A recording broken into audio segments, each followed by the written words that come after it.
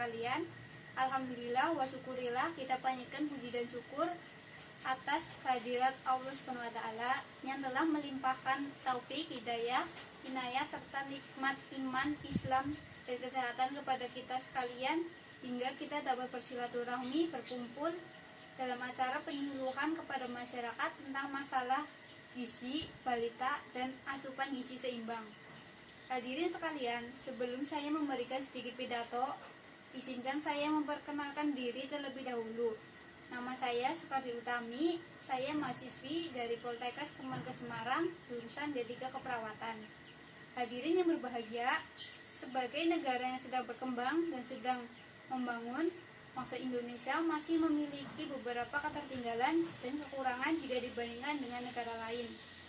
Di bidang kesehatan, bangsa Indonesia masih harus berjuang memerangi berbagai macam penyakit, antara lain infeksi dan kekurangan gizi yang saling berinteraksi satu sama lain, menjadikan tingkat kesehatan masyarakat Indonesia tidak kunjung meningkat secara signifikan.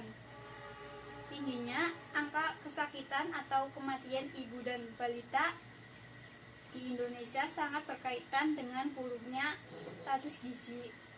Hadirin yang berbahagia, kehidupan manusia dimulai sejak janin dalam rahim ibu. Sejak itu, manusia kecil telah memasuki masa perjuangan hidup yang salah satunya menghadapi kemungkinan kekurangan gizi yang diterima dari ibu yang mengandungnya. Jika zat gizi yang diterima dari ibunya tidak mencukupi, maka janin tersebut akan mengalami kekurangan gizi dan lahir dengan berat badan rendah dan mempunyai konsekuensi kurang menguntungkan dalam kehidupan berikutnya. Bayi yang lahir dengan berat badan rendah daripada umumnya akan mengalami kehidupan masa depan yang kurang baik. Bayi BBLR mempunyai risiko lebih tinggi untuk meninggal dalam 5 tahun pertama kehidupannya. Mereka yang dapat bertahan hidup dalam 5 tahun pertama akan mempunyai resiko lebih tinggi untuk memerangi hambatan dalam kehidupan jangka panjangnya. Bayi-bayi non BBLR pada umumnya mereka mempunyai status gizi pada lahir yang kurang lebih sama dengan bayi-bayi di negara lain. Akan tetapi, seiring dengan bertambahnya umur, disertai dengan adanya asupan gizi yang lebih rendah dibandingkan dengan kebutuhan hari serta tingginya beban penyakit infeksi pada awal kehidupan, maka sebagian besar bayi di Indonesia terus mengalami penurunan status gizi dengan puncak penurunan pada umur kurang lebih 18-24 bulan. Balita yang kekurangan gizi mempunyai resiko meninggal lebih tinggi dibandingkan balita yang tidak kekurangan gizi. Setiap tahun kurang lebih 11 juta dan balita di seluruh dunia meninggal oleh karena penyakit-penyakit infeksi seperti ispa, diare, malaria, campak, dan lain-lain. Gagal tumbuh yang terjadi akibat gizi pada masa-masa emas ini akan berakibat buruk pada kehidupan berikutnya yang sulit diperbaiki. Anak yang menderita kekurangan gizi atau stunted berat mempunyai rata-rata IQ 11 poin lebih rendah dibandingkan rata-rata anak yang tidak standar menurut UNICEF 1998. Hadirin yang berbahagia, di Posyandu atau Pos Pelayanan Terpadu telah disediakan kartu menuju sehat atau KMS yang juga bisa digunakan untuk memprediksi status gizi anak berdasarkan kurva KMS.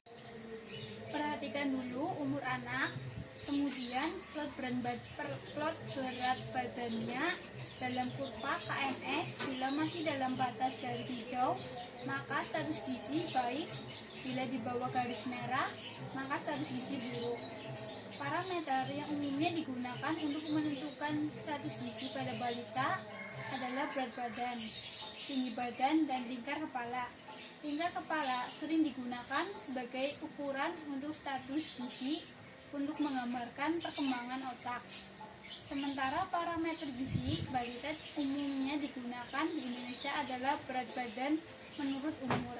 dan berat badan menurut tinggi atau panjang badan. Parameter ini dipakai menyeluruh di posyandu. Untuk mengatasi kasus kurang gizi, memerlukan peranan dari keluarga, praktisi kesehatan, maupun pemerintah. Pemerintah harus meningkatkan kualitas posyandu, jangan hanya sekedar untuk menimbangkan dan vaksinasi, tetapi harus diperbaiki dalam hal penyuluhan gizi dan kualitas pemberian makanan tambahan. Pemerintah harus dapat meningkatkan kesejahteraan rakyat agar akses pangan tidak terganggu. Para ibu khususnya harus memiliki kesabaran bila anaknya memiliki problem makan dan lebih memperhatikan asupan makanan sehari-hari bagi anaknya. Anak-anak harus terhindar dari penyakit infeksi seperti diare ataupun ispa. Hadirin yang berbahagia, semua nutrisi penting bagi anak dalam usia pertumbuhan.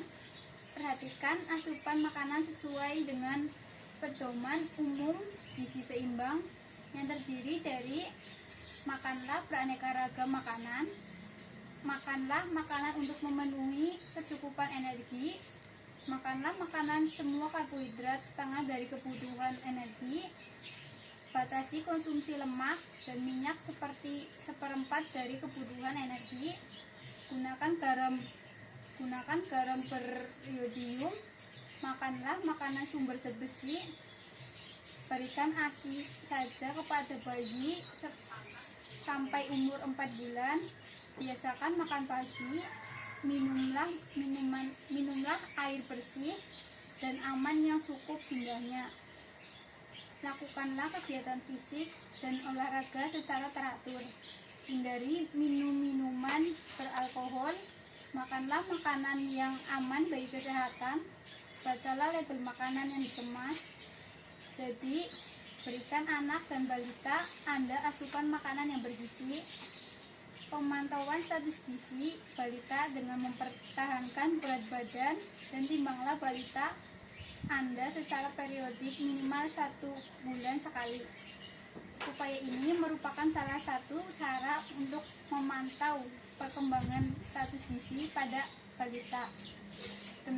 Demikianlah pidato yang dapat saya sampaikan. Sebelum dan sesudahnya saya mohon maaf apabila terdapat kesalahan dalam penyampaian saya. Semoga yang saya berikan tadi dapat bermanfaat dan berguna bagi kita semua. Amin. Sekian dari saya. Wassalamualaikum warahmatullahi wabarakatuh.